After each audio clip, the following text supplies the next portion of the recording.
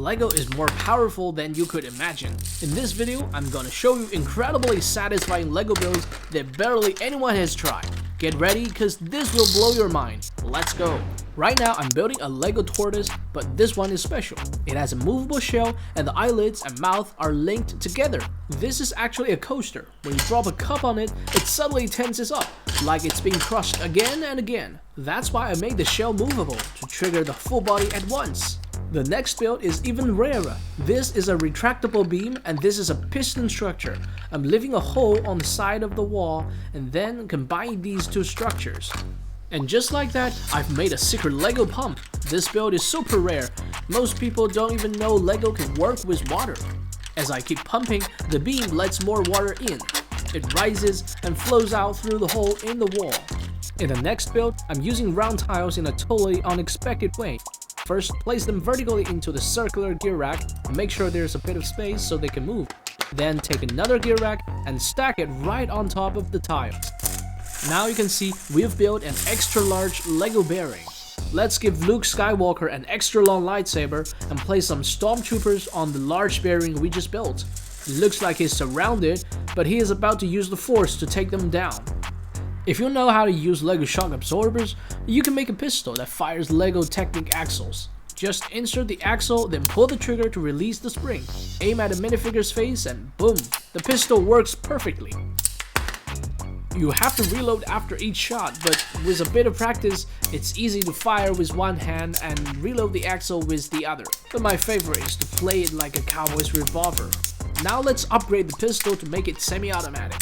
Here's how it works. First, you need a cheese slope and a rubber band to hook and drive the firing pin. Then I'm using a 1x1 brick and another cheese slope to create a pair. This pair offsets the trigger just enough to release the firing pin. This gives us 7 shots at a time. I load the bullets and make a target with multiple skeletons. Now let's test the gun. This gun fires smoothly, no jamming at all. In the magazine, the bullets drop down line with the firing pin after each shot, until the whole mag is empty. This is another design that functions like Spider-Man's web shooter. The red part stretches the rubber band, and the dark blue part is the trigger handle. It's pretty compact so you can place it on the palm. Tuck the white rope into the build, then push the handle, and you can shoot the rope just like Peter Parker. With a magnet, it's very easy to get attracted to some iron surface, creating some damage. Next, I'm exploring some super satisfying fidgets that you can make with Lego parts. This is a heart-shaped brick build, and I want the red axle to move inside it. So I fixed the white and red parts to the shock absorbers, and it instantly turns into a fidget. In fact, it's called a push button. It's so slick, I can do it all day. But anyway, let's make more Lego fidgets. I want to make a spinning one, and the simplest way is this. But it can't really play with one hand, so I'm designing a new one, adding a gear, and now it only spins in one direction. Oh, you're gonna feel this. This is so satisfying. For the next fidget, I'm bringing in some optical illusions. By building a black and white pattern and place it behind a grill, it creates this hypnotic effect. And when I move the grill, it can even appear as a single solid color at times. Now it's time to bring in some Minecraft vibes. This is Steve, but slide the grill and Alex shows. Keep it moving and they take turns appearing. And under the grill, we get a Steve and Alex chimera. This wiggling fidget is actually a door. You'll see how clever it is once I clip it to the door frame. Open it from the left, open it from the right. Yep, this door swings both ways. The secret is in the mechanism. When you wiggle the door, the 10 pins expand or retract, letting it open both ways. Moving on, let's build a Lego knife, more specifically an OTF knife where the blade shoots straight out from the front. We can use a gear rack to guide the blade and the rubber band to put it back in, but now the blade won't stay in place. Don't worry, I'm using some master builder techniques to fix that. Now, this piece locks the blade in place, and you can operate the knife fidget with just one hand. If you've ever played whack-a-mole, this fidget will feel familiar. In this build, the studs keep popping up. Whenever you push one down, another one pops out, thanks to the linkage system beneath. This fidget is perfect for when you are feeling burnt out. Need some inspiration? Just turn the knob. This fidget simulates how the self-winding mechanical watch works. The black parts are just like ratchet, reel, and click, so the dial only spins clockwise no matter which direction you wind up the watch. It doesn't go back at all. By attaching some weight to the back, it simulates the natural movement of your hand. You don't need to wind the watch manually. Every motion in any direction turns the dial clockwise and winds it up. This next fidget might just save you from decision paralysis, because I'm building a compact Lego prize wheel. You can put all your choices on it, like what to eat for dinner, what to wear tomorrow, or even which Steam game to play. Just give it a spin and let the odds decide for you. This is also very satisfying. Lego fidgets don't have to be complicated. The simple one is just as satisfying. You can play with it using one hand, and the sliding bricks keep getting pulled up again and again.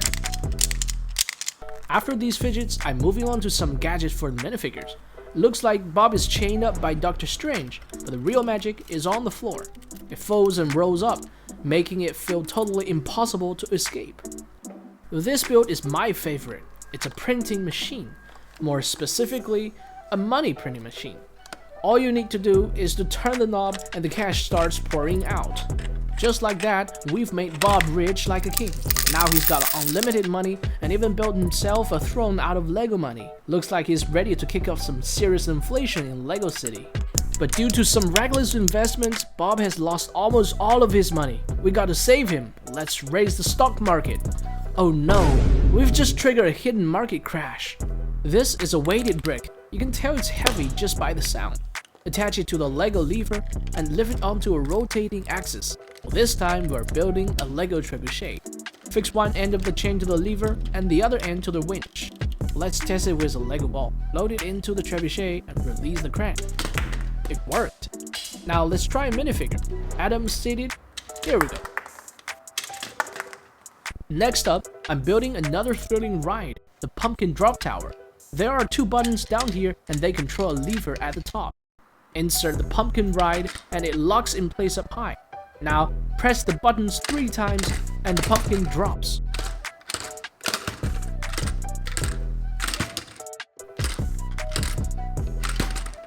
I find the feeling of toggling buttons super satisfying, so I built this.